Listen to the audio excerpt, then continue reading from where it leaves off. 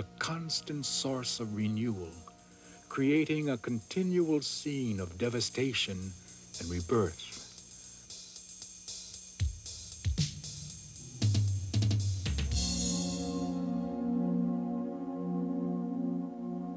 There are 8 major islands in the Hawaiian archipelago. The southernmost and largest by far is the island named Hawaii, also known as the Big Island. It is the only Hawaiian island with active volcanoes. Some 19 miles due south of the island's largest city, Hilo, Hawaii's Kilauea volcano begins its current East Rift Zone eruption in January of 1983. Within 6 months, eruptive activity settles here at the Pu'u'o vent. This marks the beginning of a dramatic type of eruption. Geyser-like explosions throwing lava thousands of feet into the air, the famous high fountain eruptions of Kilauea volcano.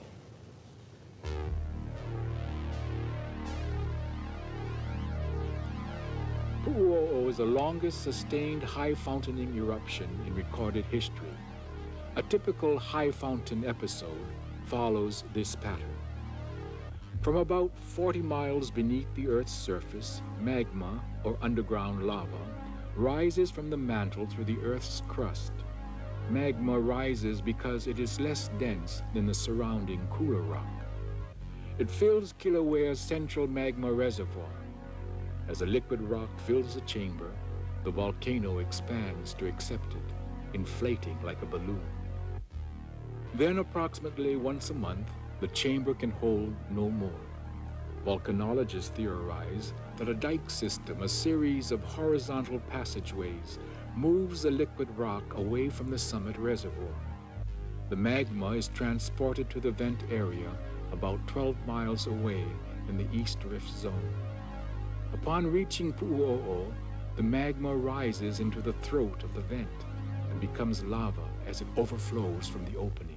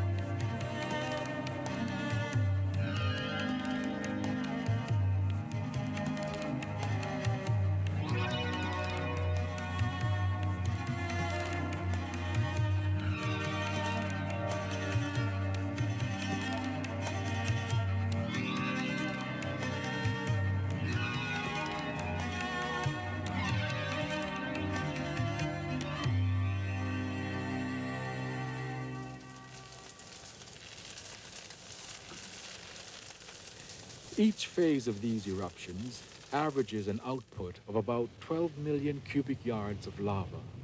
That's enough each month to pave a lava road 3 feet deep and 30 feet wide, approximately 700 miles long, nearly the entire length of the California coast.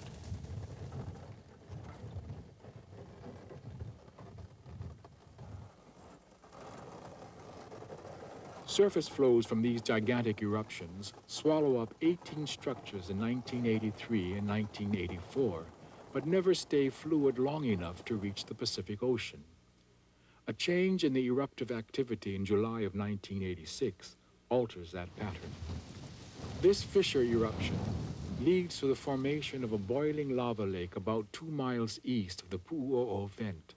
The lake is initially dubbed the Sea Vent.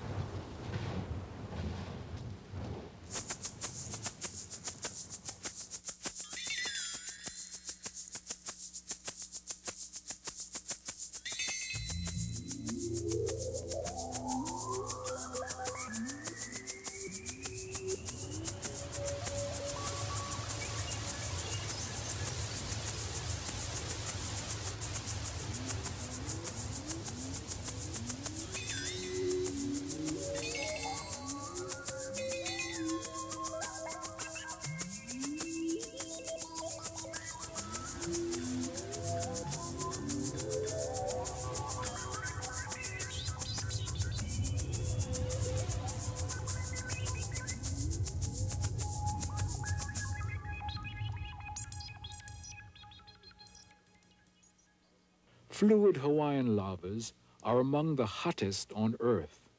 As lava enters and exits the pond, the 2,000-degree hot liquid rock constantly shifts, stretching, folding, buckling, spattering, and frequently overflowing.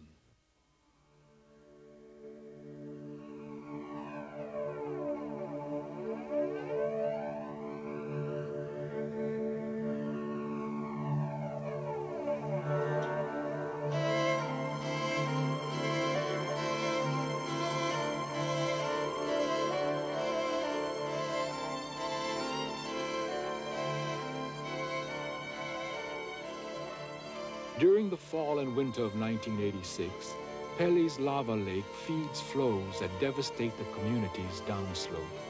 Wave after wave of molten rock incinerates everything in its path. Homes, cars, roads, and trees are swallowed up as the lava makes its way to the Pacific Ocean for the first time in 13 years. The beautiful area of Kapa'ahu is ripped apart. Most of its homes destroyed. The few residents left try to put back the pieces, watching warily upslope for the next onslaught. Just east of Kapa'ahu is Kalapana. December 1986 flows ravaged the beach community. 13 homes are destroyed, but the giant flow heading straight through the subdivision stops abruptly.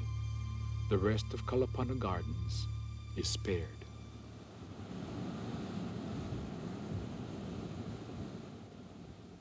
The lake is eventually called Kupai'anaha, the mysterious or extraordinary one. And in her quiet way, she seems to keep to herself the changes she has yet to bring to this young island. Magma is fed to the lake through a conduit, which passes several hundred feet below the Pu'u'o vent. But the magma from the constant high fountaining eruptions no longer supports the fragile cinder cone. In early 1987, the Pu'u'o vent slowly begins to collapse from the inside out. Each day, Kupai'anaha pours out 650,000 cubic yards of lava. That's about 55,000 cement trucks full of lava, daily.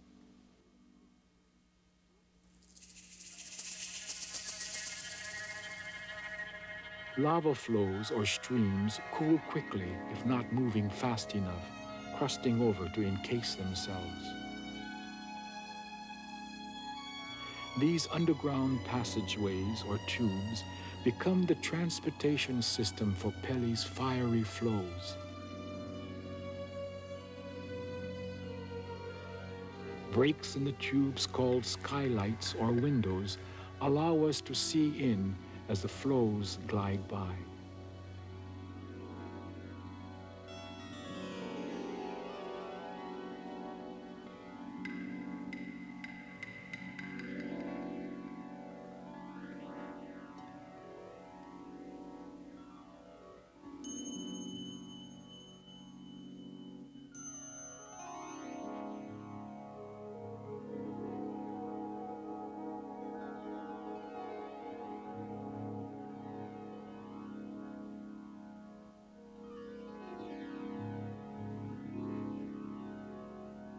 The insulation of these tubes keeps the molten rock at over 2,000 degrees, allowing flows to reach the ocean and the communities downslope.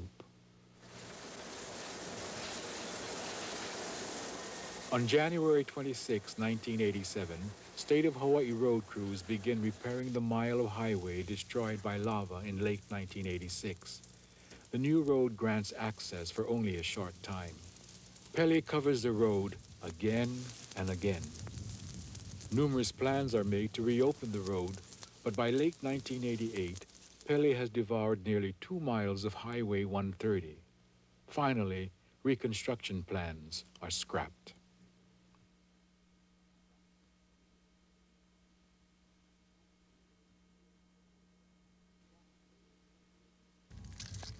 Pele created the bath with her fiery lava eons ago. But on the 31st of March, 1987, she returns to reclaim it. Overnight, the remainder of the ravine is filled in by the eerie, mystic presence the Queen's Bath is gone. In early April 1987, lava reaches the eastern border of Hawaii Volcanoes National Park. And for the first time since late 1986, Pele returns to confront her sister, Namaka o Kaha'i. The encounter is more of a greeting than a battle, as the hot rock oozes into the ocean.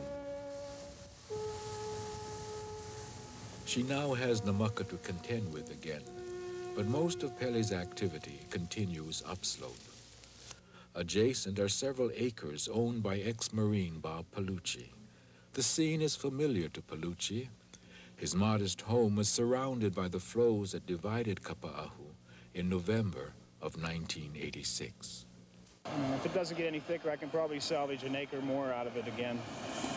But I thought I could the last few days, and every day one more surge comes and adds on and adds on. I'm just going to give Pele the house. She wants the house. But Palucci's surrender is short-lived.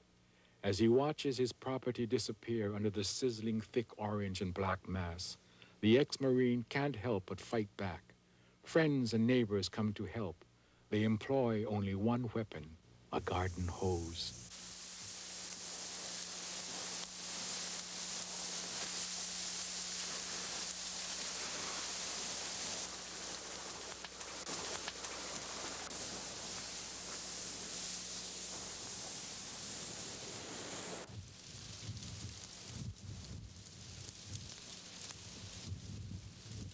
Although it's impossible to stop the lava, spraying the flow with water freezes the surface, forcing it to move in a different direction.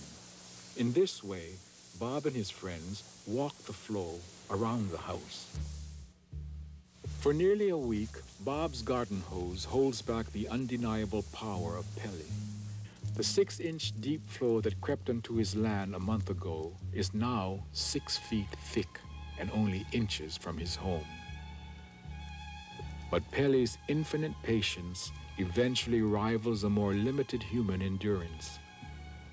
By the evening of June 4th, the vigil is over and Pele's fire triumphs again.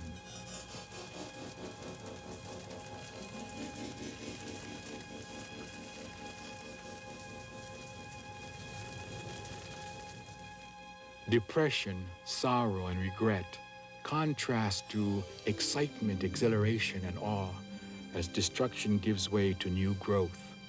The intensity of Pele's encounter with Namaka is building daily. Lava dripping on the beach becomes a cloud of sulfuric steam as the water rushes over it. Slowly but surely, the fire goddess adds more land to the youngest of the Hawaiian Islands.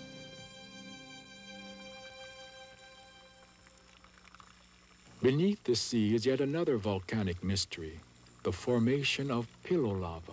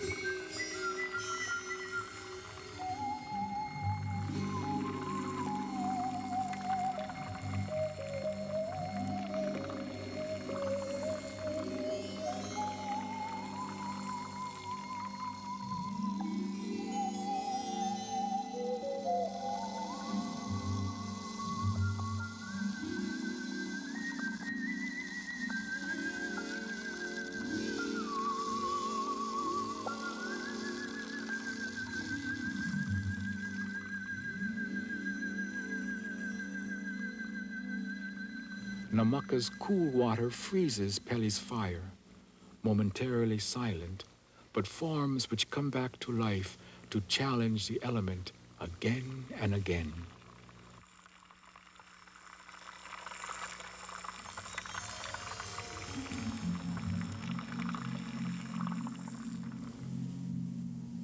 As a massive flow swells from 10 to 30 to over 50 feet in height, the tube system becomes even more established, pouring a steady stream of molten rock into the Pacific Ocean.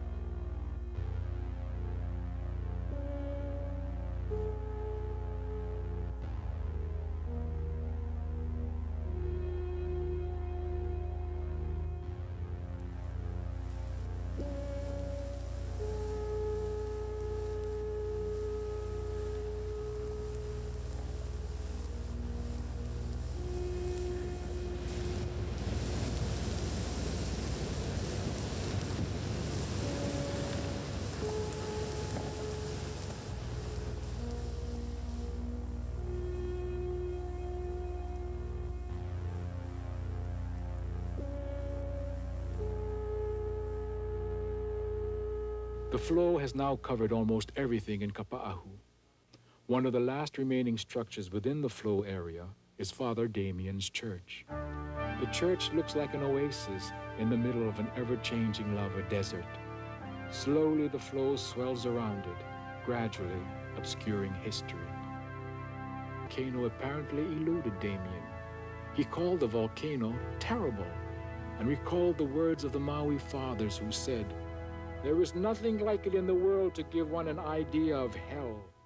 Surely those sentiments would have been echoed by the father had he seen Pele slowly cover his first substantial chapel.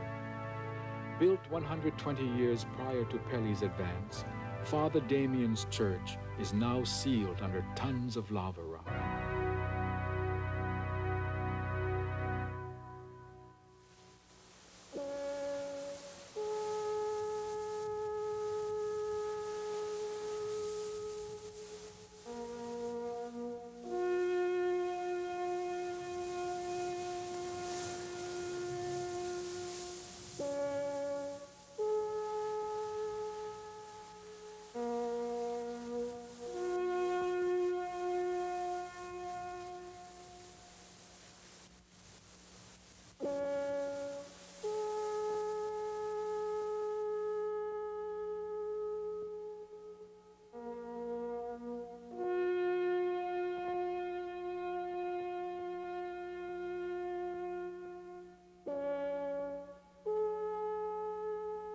Meanwhile, the crater at Pu'u'o continues to grow.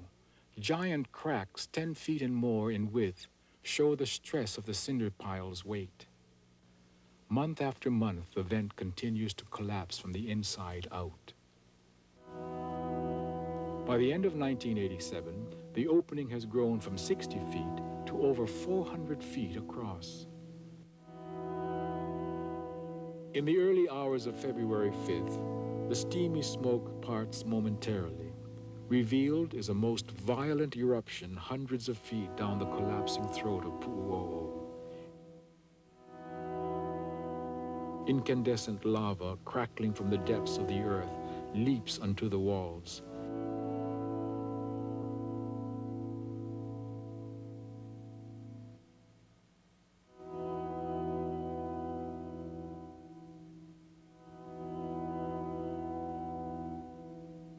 Incoming lava from beneath Pu'u'o's internal lake gushes into a dome some 30 to 50 feet in height.